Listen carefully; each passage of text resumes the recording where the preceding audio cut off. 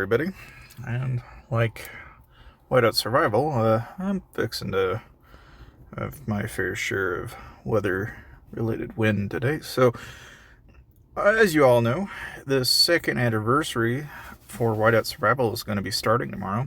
So I thought we'd go ahead and look and see what exactly all this is about. You might have to flip. Well, there's probably no way for you guys to really see this in in a better format. Maybe I'll edit this probably after post, but either way.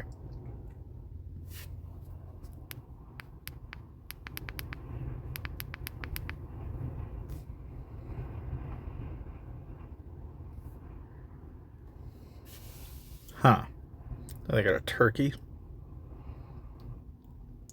oven. I got cake. Okay.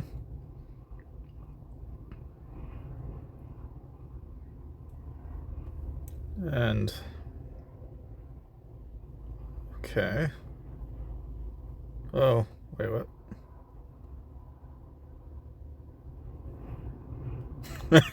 Okay.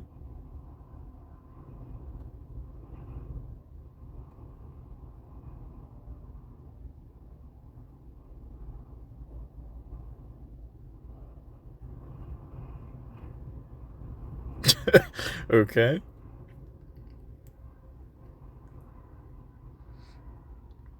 Oh, all right. Okay. Neat. Oh, cool. And that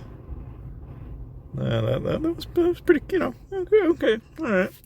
Well, anyway, so yeah, you get like 1,000 gems, and so it's not too bad, right? But like everything, guys, the one thing that I would love to point out, given that I've been playing the game for quite a while, there are always a handful of things that I feel like, looking back after, at least what, a year or two now, in the direction that Whiteout Survival's been going in.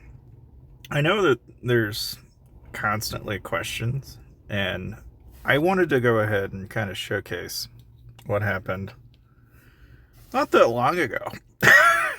You might notice there's a lot of attacks, and I got scouted, and my shields have went down, and it's like, oh, this coming March we had a little event.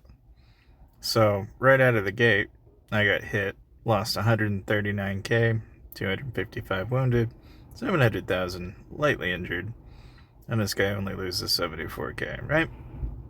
Now, given his gear, all right, which is substantially better than mine, I mean, there's no contest here. That's very clearly better in every way. But even with that in mind, right, you're looking at like 1,700-ish in the stats realm, 1,500, 1,800, and that's not even with any perks or buffs. And this guy's got even T2, T3, 11 germs and everything. Like, honestly, I think that's not too bad, given that, you're up against somebody like this, who has T11 and is Fire Crystal 9. That's not really so bad of an outcome. Is it great? No, but is it really bad? Not really, right? But you have to always kind of take that with a grain of salt. I did get hit by some other players that I guess kind of came by and wanted to do some damage. This I didn't do near as bad, right? Even though I was AFK for a lot of this, I mean, you can see, even though it's comparable, right, my chief gear's better. And from that standpoint, even though I have no buffs, I have a higher tier of troop. And even though the stats benefit there isn't there, you may be wondering, like, why? That's because he's got 20%. That's why. I didn't have any buffs or anything turned on. But, even then, with certain bits and pieces, you can see where his gear is definitely better. Where I'm definitely falling behind in terms of gear here.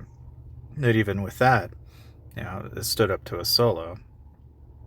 Now, the thing about it is, right, he didn't do it once, he did it multiple times. So he lost a couple of times. And he just kind of kept thrashing. Now, I don't know why it is that people do this, but especially during, like, in the middle of an event, right? They're doing it mainly for points, and you get a lot of your troops back, so I kind of get it, but he, like, did this maybe a little too much. I don't really know how many troops he has, but that was a lot. Like, that was a lot of troops. Like, you can see the page keeps refreshing, and it just keeps going, and it keeps going, and then it, like, stops. And then, of course, somebody else comes by and scouts, and, of course, then they start losing. And it's not even any prettier than the other time. And again, same concept here. The guy's got fairly decent gear. He's not doing terrible by any means. He's got decent heroes. He's got T11 even. But even with T11s and everything, and better stats and all that, I'm only losing 34k, he's losing 73k, and I'm only getting injured troops.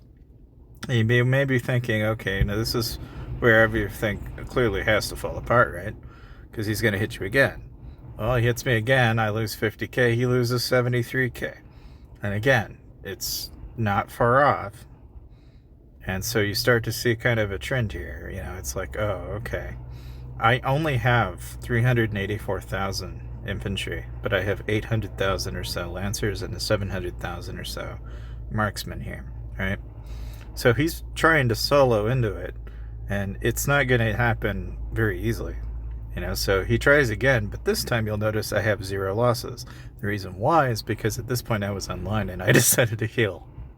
And so this is where it goes south for him, because now I'm actively healing what is getting injured. And so your net benefit of solos here are actually really going to do anything but cause damage. And after that, I scouted him to kind of get an idea of what he had. And he only had 1.5 million or so. But the main thing being here is you can see what his skills and his gear was. There's nothing terribly crazy about this player by any means. It's like getting to this level in the game is not all that crazy. But of course, now you're wondering, well, what did your enlistment office look like? As you can see, I've only got 250k or so in here. So it wasn't horrendous by any means, but the last conflict was not, it wasn't exactly great, as far as what we got out of it. Now, of course, with the update and everything, I know some of you may be wondering, like, what did they change? What did they do? There's a lot of stuff in the quotes and stuff that you could look into, but the main gist is, they made some adjustments to Frostfire Dragon. One of the main things I mentioned was that, now you can very easily see what generation of hero you have, like little tweaks like that.